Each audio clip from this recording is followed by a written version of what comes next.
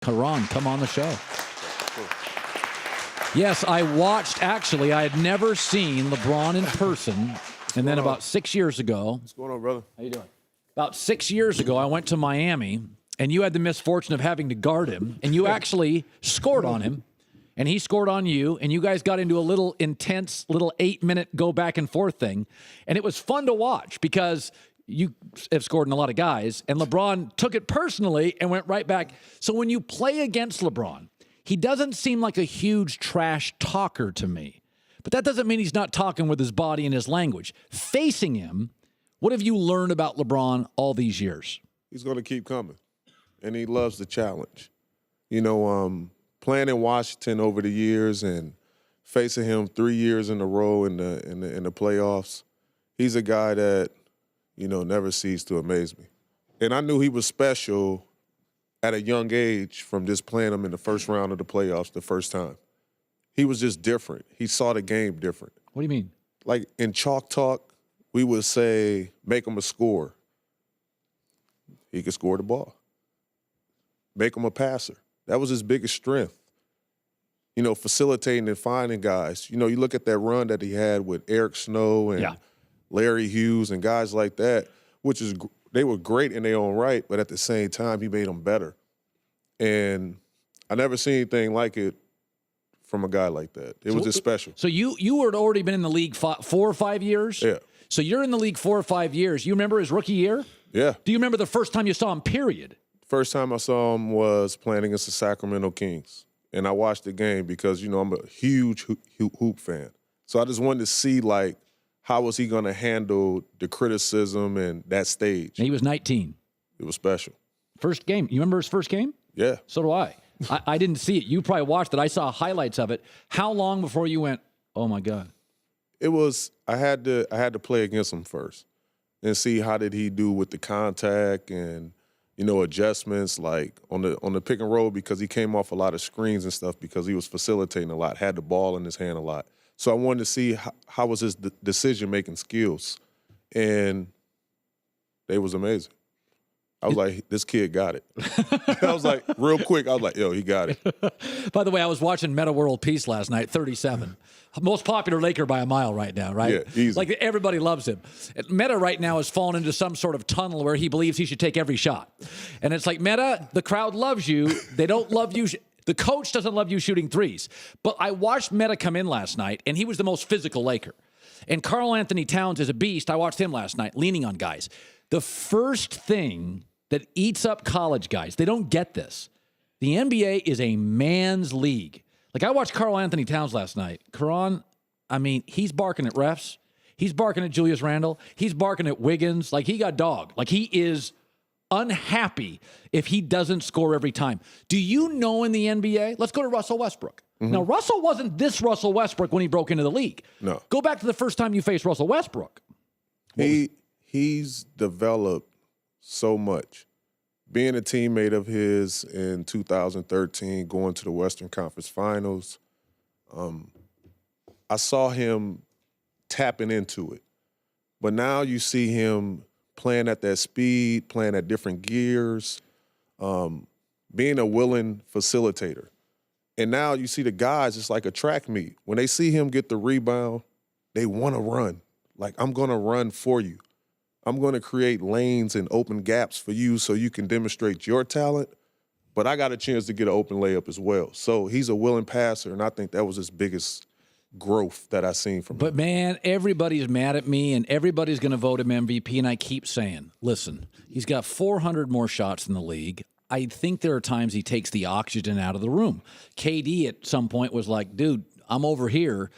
What about my criticism? And it could be totally wrong that, like, I get the talent. That's I'm not debating talent. But there are guys in this league, Melo, Kobe had this at the end.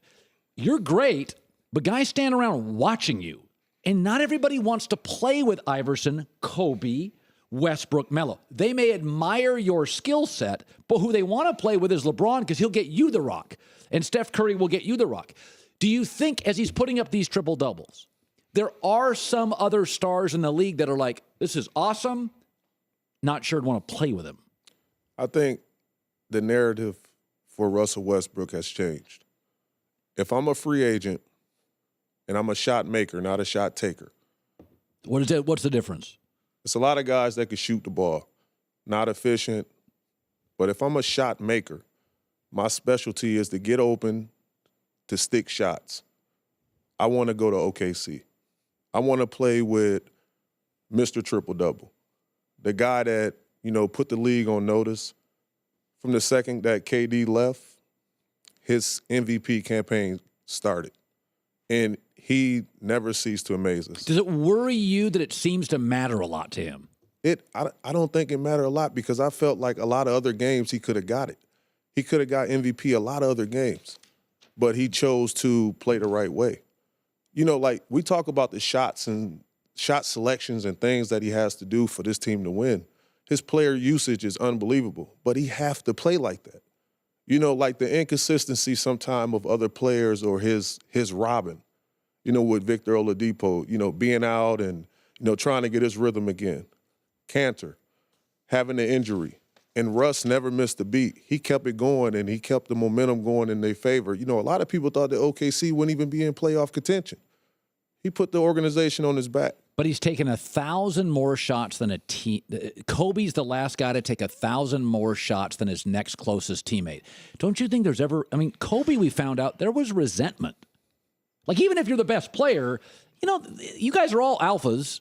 You're all alphas. You were dominant in AAU, high school, college, often early pro. 1,000 more shots. He had to. That's what she says. He had to for this team. Yeah, I totally agree. Like, he had to for this team to be successful. Are you bothered that LeBron James, Kyrie, and Kevin Love are like, we're not letting Miami see us. We may face them in the playoffs in the first round. We're sitting everybody tonight. We're going to be a number 2 seed. How's that sit with you? I would love to see them go out there and compete, especially after losing this last game to Atlanta and in that fashion. But they may feel like, we're okay with playing Chicago in the first round. We're okay with playing Miami. It's a lot of storylines, and we're okay with that. What about them resting in general? What do you think about that? I think it's important, for especially now, you look at last 2 weeks, LeBron James he's logged in a lot of minutes. Okay, that's my argument. We don't judge a car by how many times you get in it. We look at the odometer. Yeah. I don't care about the games. LeBron's minutes, he's already got more than Jordan. He's got 8 years left. So play less minutes.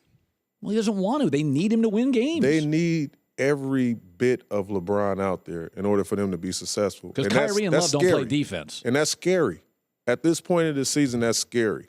You need LeBron. Kyrie need to have an out-of-body performance for them to be successful. 45 points and not win the game, that's something that's alarming to me. I don't know what it is, but something just don't sit well. And there's only a few people in this game of basketball that can turn it on and off like that, but teams can't. My takeaway on LeBron wanted more scores, so they got it scores, and many of the scores are veteran players, so it's an old shooting-heavy team with Channing Frye and Kyle Korver and J.R. Smith, and old teams don't, after about your 8th year in the league, you ain't getting back quite as fast. Yeah. And so this team was built at LeBron's request, give me scores. I can't score 42 a night. So they got him scores. They're not very good defensively.